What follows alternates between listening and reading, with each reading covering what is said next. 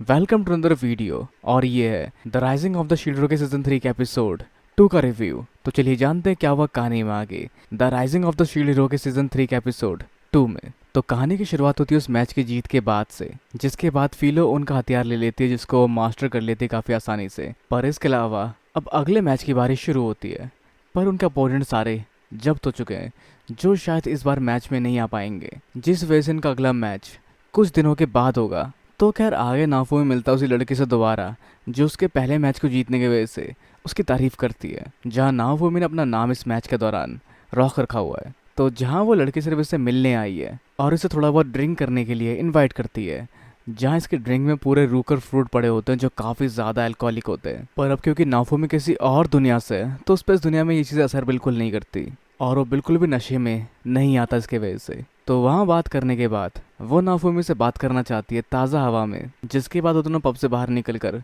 बात करते हुए आगे बढ़ रहे होते हैं, जहाँ वो बात करते हैं कैसे नाफूमी उस मैच को बाय डिफॉल्ट जीत गया बाकी टीम्स के जब्त होने की वजह से, जो कुछ इस तरह से काम करती है जैसा इनके साथ फिलहाल में होता है, जहाँ कुछ लोग आगे इनको घेर लेते हैं और दोनों को कहते हैं नादिया, रॉक वैली, मरो हमारी टीम के लिए। जहाँ नाफूमी को लग रहा था कि ये लोग इसके साथ हैं पर ये इसको भी मारने आए हैं। तो ये होता है जब्त होना, जहाँ पर दूसरी टीम आकर अपनी टीम के लिए असेसन करती है किसी और टीम को जो जीत सकती होती है, जहाँ दोनों मिलकर उन लोगों को हरा देते हैं। जहाँ पर हम देख पाते हैं इस लड़की को स्पेल इस्तेमाल करते हुए या दूसरी भाषा में विड्रॉल कर लेना, जहाँ बहुत सारी टीम इसलिए विड्रॉल कर लेते ताकि उन्हें रात में ऐसे अपने जान से हाथ ना धोना पड़े, जिस पर वो कहते हैं कि हाँ तुम्हारे दुश्मन किसी भी हद तक जा सकते हैं। जिस पर नाफूमी का रिप्लाई होता है कि बिल्कुल वैसे ही जैसे तुमने रुकर फ्रूट्स मेरे ड्रिंक में डाले थे। जिस बात को सुन के पता नहीं क्यों खुश होकर वो गले लग जाते हैं नाफूमी के, पर जिसको नाफूमी खुद से दूर झटक देता है। तो वो भी ये कहकर जाती है कि तुम उम्मीद करो कि तुम्हारा सामना मुझसे ना हो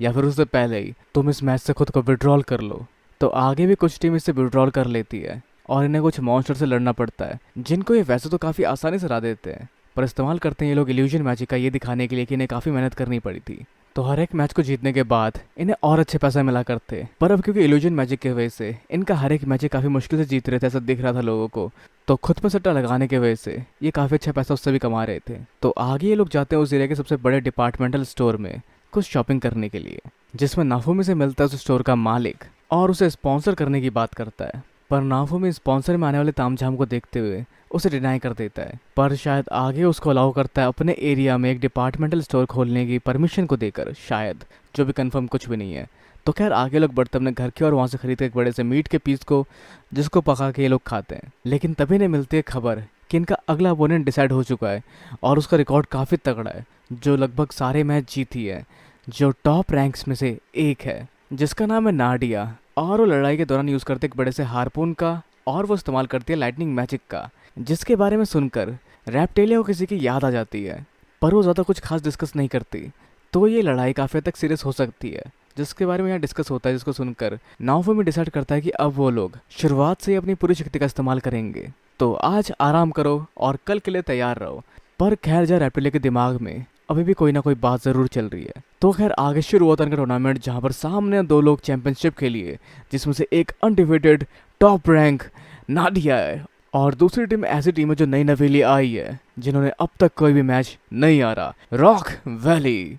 तो आगे वो लोग मिलते हैं नाडिया से, जहाँ वो वही लड़की होती है जो वॉर्न करती है उनको कि उसने कहा था पहले ने विड्रॉल करने के लिए, पर जिसमें नाफूमी कहता है कि मेरे खुद के कुछ रीज़न है, जिन रीज़नों को ये भली बात ही जानती है, जो नाफूमी के ऊपर गिरने का नाटक करके बताती है उसको उसके रीज़न के बारे में, जो कुछ ऐसा है कि वो पैसा जमा कर रहा है ल्यूरोलोना विलेज के स्लेव्स को खरीदने के लिए, जो उसके नज़र में पैसा कमाने का बढ़िया तरीका हो सकता है, पर वो किसी भी ऐसे से बिल्कुल नहीं हारने वाली जो सिर्फ पैसा कमाना चाहता हो। तो खैर आगे ये जंग शुरू होती है, जहाँ पे वो इस्तेमाल करते हैं अपने थंडर लाइटनिंग स्पेल का, जिसका स्ट्राइक इनकी जान तक ले सकता है, पर जिसको शील्डर अपने शील्ड से रिपेल कर देता है, जो टकराता है ऊपर के छज्जे से और छज्जे में छेद हो जाता है, जिसके बाद उसकी तरफ बढ़ती फील हो, लेकिन जिसको हराने के लिए वो इस्तेमाल करती है लाइटनिंग स्पेल का खुद की स्पीड बढ़ाने के लिए, पर उसकी एजिलिटी को रोकने के लिए शील्डर इस्तेमाल करता है एयर स्ट्राइक शील्ड का, जिसके बाद फील उसकी तरफ बढ़ी रही होती है कि अगले ही पल स्टेडियम में पानी छोड़ दिया जाता है। तो कहीं ना कहीं ये स्पॉन्सर्स की चाल थी, पर खैर जो वो चाहते हैं उसे वो करना पड़ेगा और अपनी पूरी स्ट्रेंथ इस्तेमाल करनी पड़ेगी,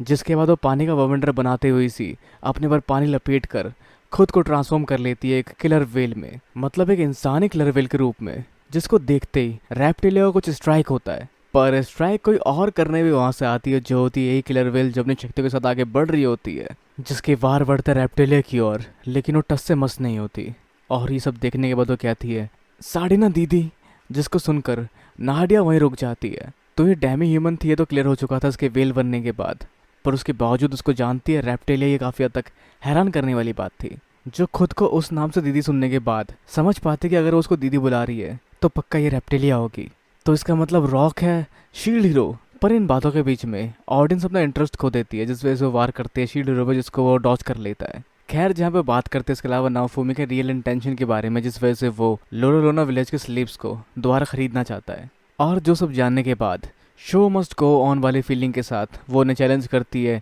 एक आखिरी वार के लिए, जो वैसे एक दिखावा होता है, पर जहाँ पर रेप्टिलिया भी कहते हैं कि हम पूरी शक्ति का इस्तेमाल कर सकते हैं क्योंकि वो डेमी ह्यूमन है और वो ये झेल लेगी। तो जिसके बाद नाडिया के अगेंस्ट फिलो के वार और शील्ड हीरो की टीम के वार लगते हैं, और जिस सबके साथ वो हार जाती है या शायद हारने की एक्टिंग करती है। तो अब उसके बाद शायद स्पॉन्सर बेच देगा उन बच्चों को जिनको खरीदने के लिए मेहनत कर रही थी,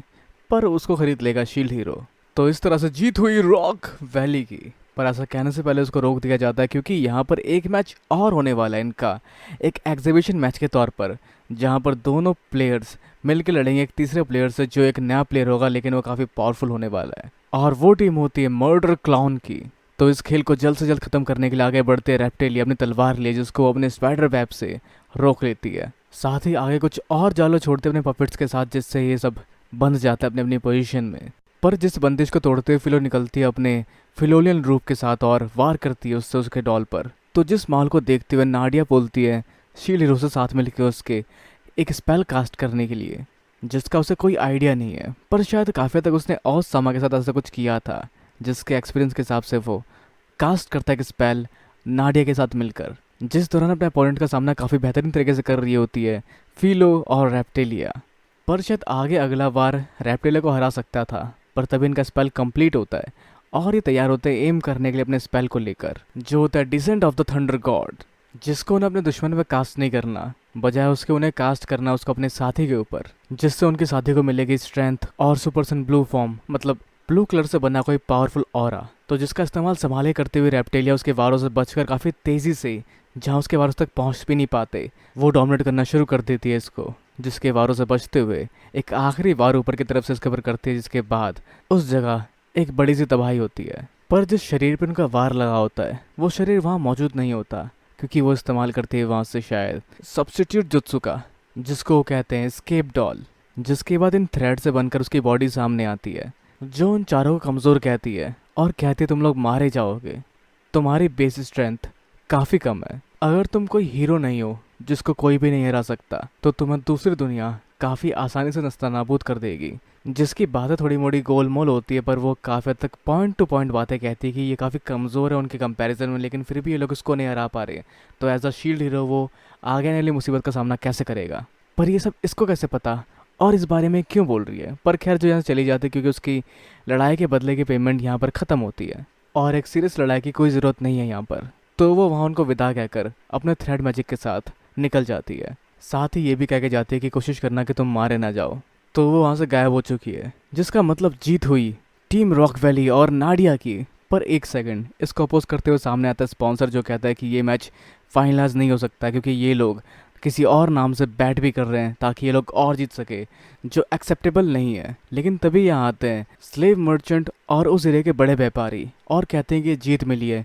शील्ड हीरो को और ये जीत शील्ड हीरो की ही होगी, जिससे उन्हें जीतने के पैसे और बैटिंग के पैसे भी ज़रूर मिलेंगे। जहाँ शील्ड हीरो के बारे में सुनकर सबके बीच में चहलकदमी मच जाती है और साथ ही व्यापारी बात करता है नाडिया की जीत की और उस जीत के पैसों से खरीदे गए उसके स्लेव्स की भी। तो वैसे यहाँ स्लेव मर्चेंट तो आया, पर ये शख्स क्यों आया साथ में, तो उसका आने का रीज़न ये था कि ये पूरी बिल्डिंग भी वही ओन करता है। तो इस तरह से एट द एंड सब कुछ काफ़ी हद तक सही हो जाता है और रेप्टिलिया और साडिना का मेन मिलाप भी होता है और शायद साडिना भी इनकी टीम ज्वाइन करती है। तो इस सब के अलावा हम आगे देख पाते उस बच्चे को, उस छोटे डेमी ह्यूमन को, जो जीतने के लिए हारता है, मतलब कुछ पैसे पाने के लिए अपनी जीत दाव पे लगाता है, जो कुछ दवाई और चीज़ें खरीद के झट से वहाँ से भाग कर जाता है और पहुँचता है शायद अपनी बीमार छोटी बहन या बड़ी बहन के पास, जो दोनों शायद स्लेव्स हैं जिनको बेचा जाना है या फिर ऐसा ही कुछ होने वाला है इनके साथ। जहाँ अगर हम बात करें एपिसोड के इंट्रो की, तो वहाँ इनको हम देख सकते हैं शील्ड हीरो के साथ, जो शायद इनको खरीद लेगा। पर वैसे जिस क्लॉन के साथ ये लोग लड़े थे, कहीं वो फिनिक्स तो नहीं, या फिर वो कोई पावरफुल बंदा, या फिर इन दोनों में से कोई एक तो नहीं, जो हम शायद आगे जान पाएंगे। पर खैर, अगर आप चाहे तो जान सकते हैं कि क्या होने वाला है आगे वाले एपिसोड्स में इसके इंट्रो के साथ। तो अगर आप चाहते हैं इंट्रो का रिव्यू, तो इस वीडियो पे कम से कम 50 लाइक कीजिए। बहुत ज़्यादा छोटा टारगेट है तो आप लोग पूरा कर सकते हैं। पर खैर, इस सब के अलावा अपने बेचारे इस वीडियो से जुड़े हुए नीचे में कमेंट बॉक्स बताना बिल्कुल ना भूलें। इस वीडियो को लाइक, शेयर और सब्सक्राइब करना भी बिल्कुल ना भूलें। तो फिर मिलते हैं अगली वीडियो में। Sayonara and have a nice day.